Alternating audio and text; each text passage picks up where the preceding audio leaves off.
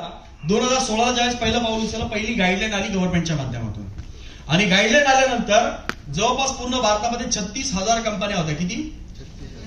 Hello, 36,000 कंपन्या होत्या. त्यापैकी 360 राहिल्या.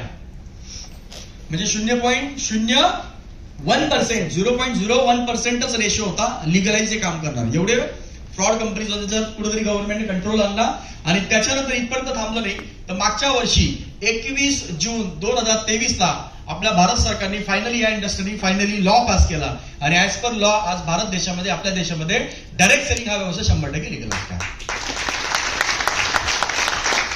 आता इथपर्यंतची जर्नी मी तुम्हाला सांगितलं, याच्यातून कदाचित तुम्हाला कळालं असेल डायरेक्ट सेलिंगची सुरुवात काय झाली, ऍक्च्युअल डायरेक्ट सेलिंग आहे काय, मग तिचा आपल्याकडे जे लोक प्रश्न विचारतात, हे प्रश्न का विचारतात हेही कळालं असावं. कळालं ना? आणि ऍक्च्युअल डायरेक्ट सेलिंग काय हे पण कळालं.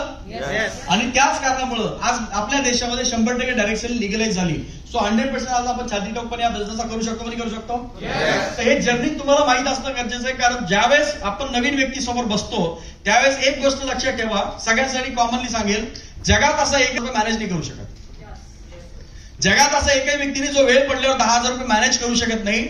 आपलं स्किल त्या ठिकाणी किंवा आपण त्याचे क्वेश्चन कसे हँडल करतोय याच्यावर डिपेंड करतं आपण त्याचे 10,000, 30,000, 1,00,000ची जॉईनिंग.